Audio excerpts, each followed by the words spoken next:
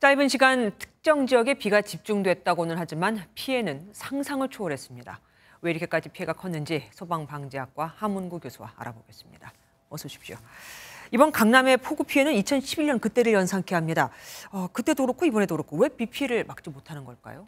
네, 지금 강남이 실제로 비만 오면 잠기는 그런 도시가 돼버렸는데요. 네.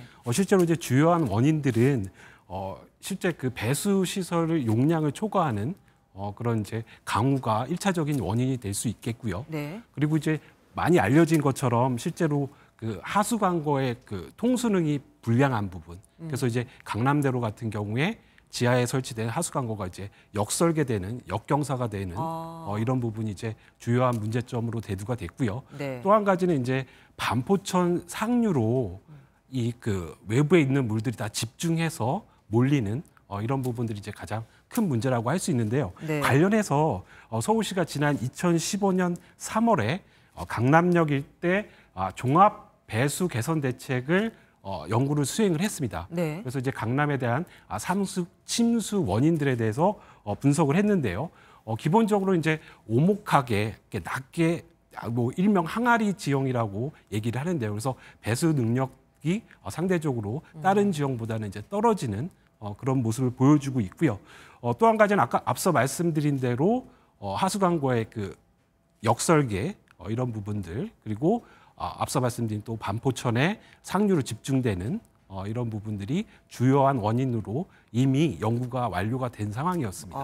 뭐 지형 같은 거야 뭐 우리가 어쩔 수 없지만 나머지 부분들은 마음 먹으면 사실 바꿀 수 있는 건데 지금 이렇게 좀 느려지고 있는 겁니다. 갑작스러운 침수에 차량 피해가 이번에 많이 심각했습니다. 정말 당황할 것 같아요. 주행 중에 만약에 침수가 됐다. 그럼 어떻게 됩니까? 네, 우선 가장 좋은 것은 이런 폭우 상황이면 차량을 안 갖고 나오시는 게 가장 좋고요. 예, 만약에 지금 말씀 주신 것처럼 주행 중에 이렇게 그 침수 어떤 상황이 된다라고 했을 때 운전자가 먼저 이제 선택을 해야 될 텐데요. 만약에 이제 차량 바퀴를 기준으로 했을 때 차량 바퀴의 3분의 1 정도 이렇게 지금 수위가 올라왔다라고 했을 때는 가급적이면 이제 노견에 주차를 하시고 차량을 이탈을 해서 대피를 하시는 것이 좋겠습니다. 실제로 이제 차량 밖에 3분의 1 정도의 수위라고 하면 대부분의 이제 차량들이 이제 차량 바닥과 면하는 그 정도 높이거든요. 근데 이제 요 차량 바닥에 많은 이제 전자 센서라든가 이런 부분들이 설치가 돼 있기 때문에 침수가 되면 또 바로 시동이 꺼질 수 있는 이런 우려가 있기 때문에 어떤 기준점을 놓고 봤을 때 차량 밖에 3분의 1 정도를 기준으로 하시면 좋을 것 같고요. 네. 그리고 이제 차량을 이탈하실 경우에는 나중에 이제 차량을 이제 빼거나 이런 부분이 있기 때문에 반드시 이제 자동차 키를 안에 두시는 것이 좋겠고요. 또 한 가지는 이제 출구 방향이라든가 진행 순방향으로 주차를 해서 나중에 견인이라든가 이런 부분들이 좀 용이할 수 있도록 그런 부분은 좀 꼼꼼히 챙겨봐 주시는 것도 좋겠습니다. 보니까 차량을 이제 보험에서 손해배상을 받으려면 창문이나 아니면은 썬루프 같은 걸 닫아놔야 된다고 하더라고요. 그런데 위급 상황에서 썬루프를 통해서 밖으로 도망 나올 수도 있잖아요. 그럴 경우에도 그러면은 보험으로부터 우리가 손해를 배상받을 수 없는 겁니까? 지금 강남역이라든가 지금 강남 침수 상황이라고 한다라고 하면 보험에 대한 문제는 크게 없을 것 같고요. 그러니까 이미 이제 차량의 그 꼭대기 부분까지 침수가 되는 그런 영향이 있기 때문에 보험회사들도 이제 그 부분에 대해서 어떤 그 위계를 삼는 것은 이제 굉장히 어려울 것 같고요.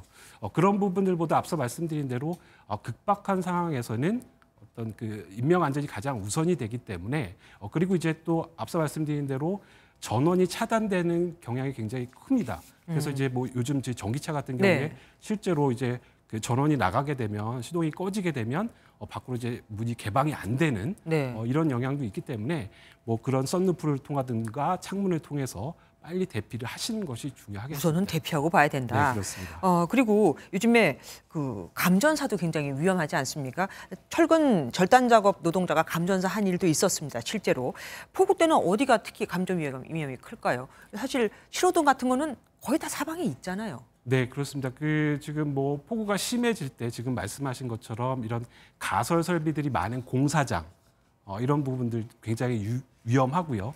또 한 가지는 이제 노견의 가로등이라든가 신호등 이런 그 전기를 이용하는 시설들이 있는 곳은 감전의 위험이 굉장히 큽니다. 특히 이제 뭐 가로등이라든가 이 신호등이 이제 뭐 침수가 돼 있거나 아니면 완전히 침수가 되지 않더라도 실제로 그 해당 기기 외면에 다 이제 빗물로써 이제 오염이 돼 있는 상태이기 때문에 굉장히 감전이 될 수 있는 경향이 높은 그런 환경이라고 말씀드릴 수 있겠습니다. 진짜 비처럼 무서운 게 없습니다. 예, 지금까지 한국열린사이버대학교 소방방재안전학과 함 교수님과 함께했습니다. 고맙습니다.